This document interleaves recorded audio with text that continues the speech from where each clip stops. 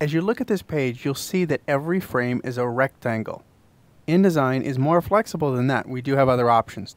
So with our selection tool active, select one of these middle frames, pressing the delete key again, and this time instead of drawing a rectangular frame, you could choose the ellipse frame. Click and drag. Dragging will create an ellipse. If you hold shift, that will constrain it to a circle. You can really create anything you like.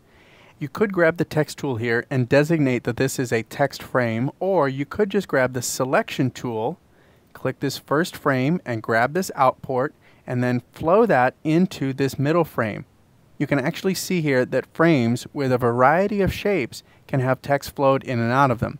So we're flowing from this rectangle into this circle, here's the import, through the circle to the outport, and into this next frame. So we can have all sorts of different shaped frames, and we can even have text on a path. So let's take a look at that. So I'll delete this circle, and I'm going to grab the pen tool. I'm just going to create a simple path. I'll click and drag to the right, and then down here I'll click and drag to the right again, and up here I'll click and drag to the right one more time, kind of making a U shape. Now if you're not very comfortable with the pen tool, that's okay. Another really easy option would be just to grab the pencil tool, and you could just draw some kind of a squiggle or something like that. Lots of options. I'll go ahead and undo that last step, Control Z on Windows or Command Z on the Mac, because I'm going to go ahead and use this little shape I drew, and I'm going to grab not the type tool but the type on a path tool. So with that tool active, I will click on the path. Notice if I'm next to the path, I have a type tool kind of with a line through it. I have to place the type on a path tool right on top of that path, and then I will get a little visual cue here. There's a plus mark next to my cursor. That indicates that I'm in the right location, and I can click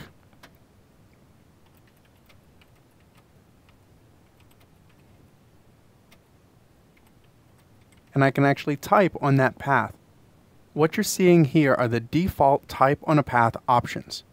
We do have several other settings that you can control. I'll show them to you briefly and then leave it to you to experiment with the different options. But go ahead up to the type menu, choose type on a path, and options.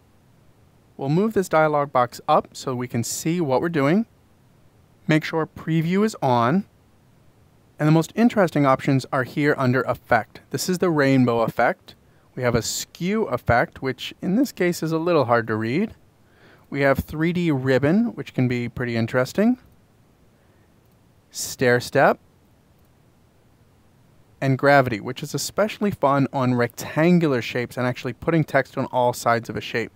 We do have some other alignment options that will control how the text is aligned to the path that it's working on, and you can also choose whether or not the path is aligned to the center of the path, the top, or the bottom. So all sorts of different options. I'll let you go ahead and play with those. I'm going to cancel for now and just stick with the basic options. But what I also want to show you is text on a path can not only be achieved in InDesign, but it can also be threaded. So what we'll do is make sure our type tool is selected.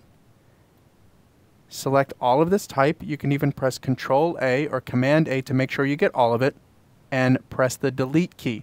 That deletes the text on the path, but not the path itself. So what we'll do now is grab the selection tool, grab this first frame, and click the outport. So that path is a little tricky to see right now, but hover your cursor over where you think it is. You'll see your cursor change into the link icon that indicates that you have the right target, and now you can click.